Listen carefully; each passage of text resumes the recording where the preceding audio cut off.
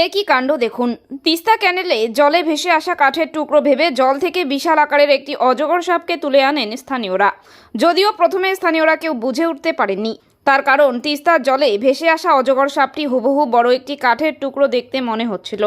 এমনকি গজলডোবা থেকে ফুলবাড়ি ব্যারেজ পর্যন্ত তিস্তা ক্যানেলের জলে প্রায়ই কিছু না কিছু ভেসে আসতে দেখেন এলাকাবাসীরা। এরপর কাঠের টুকরো ভেবে না জেনে অজগর সাপটিকে তুলে এনে হঠাৎই লক্ষ্য করেন এটি কোনো কাঠের টুকরো নয়, বরং একটি বিশাল আকারের অজগর সাপ। এরপর তড়িঘড়ি সেই অজগর সাপটিকে তিস্তা ক্যানেলের পাড়ে ছেড়ে পালিয়ে যায় যুবকরা এবং এই ঘটনা এলাকায় চাঞ্চল্য ছড়িয়ে পড়ে। পরে স্থানীয় কয়েকজন খবর দেয় বেলাকোবা রেঞ্জ বন দপ্তর অফিসে এবং খবর পেয়ে বনকর্মীরা দ্রুত ছুটে এসে সাপটিকে উদ্ধার করে নিয়ে যান। স্থানীয়দের কাছ থেকে জানা যায় অজগর সাপটি সুস্থ রয়েছে এবং বনকর্মীরা সাপটিকে নিয়ে গভীর জঙ্গলে ছেড়ে দেবেন বলে জানান।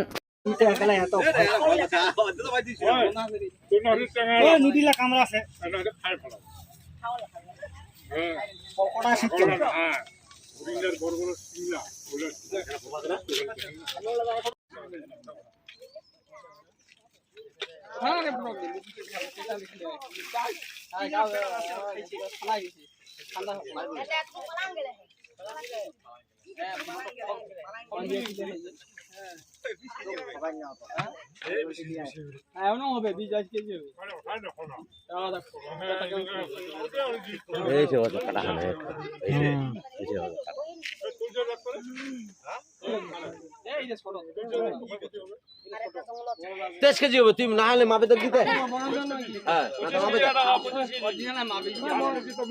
হ্যাঁ, বস্তা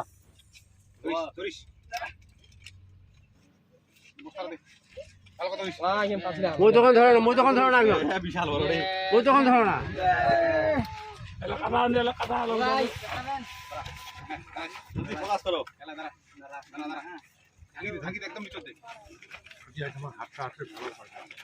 বান্ধব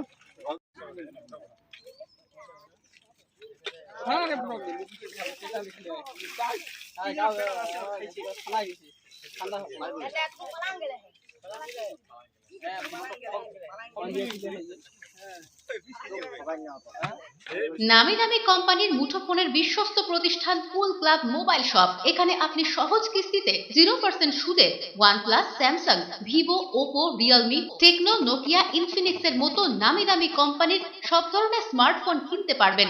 এছাড়া ছোট কিপ্যাড ফোন সহ রয়েছে ফোনের অ্যাক্সেসরিজের বিপুল সম্ভার। আমাদের কাছে পাবেন অনলাইন ক্লাসের জন্য উন্নত মানের অ্যাক্সেসরিজও। আমরা ফোন বিক্রির সাথে ক্রেতাদের 100% সার্ভিসও দিয়ে থাকি। তাই নতুন ফোন কেনার জন্য আজই আসুন কুল ক্লাব মোবাইল শপে, কামারপাড়া বর্ধন প্রাঙ্গণের বিপরীত দিকে।